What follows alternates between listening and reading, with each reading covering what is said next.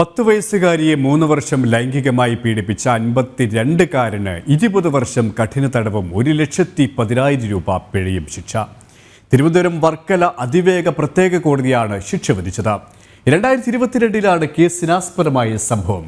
പിഴത്തുകയിൽ നിന്നും 50,000 രൂപ കുട്ടിക്ക് നൽകുവാനും കോടതി ഉത്തരവിട്ടു.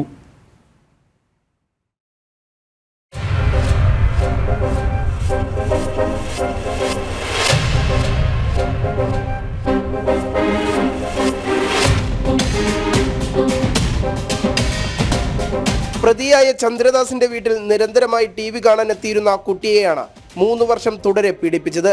കുട്ടിയുടെ സ്വഭാവത്തിൽ വന്ന മാറ്റവും പ്രതിയെ കാണുമ്പോൾ ഉണ്ടായിരുന്ന ഭയവുമായിരുന്നു മാതാപിതാക്കളിൽ സംശയം ഉയർത്തിയത്. തുടർന്ന് മാതാപിതാക്കൾ നൽകിയ പരാതിയുടെ അടിസ്ഥാനത്തിൽ പോലീസ് നടത്തിയ അന്വേഷണത്തിലാണ് പീഡന സംഭവം പുറത്തു വന്നത്. വർക്കല അതിവേഗ പ്രത്യേക കോടതി 3 വകുപ്പുകളിലാണ് ശിക്ഷ വിധിച്ചത്. 5 വർഷം വീതം 15 വർഷവും, പോക്സോ നിയമപ്രകാരം 4 വർഷവും, IPC 506 പ്രകാരം 1 വർഷവും എന്ന നിലയിലാണ് ശിക്ഷാവിധി.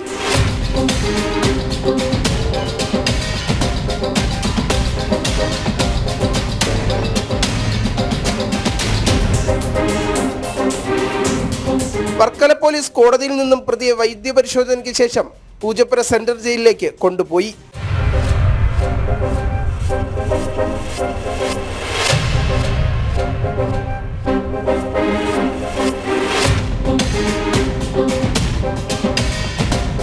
ജനം, തിരുവനന്തപുരം.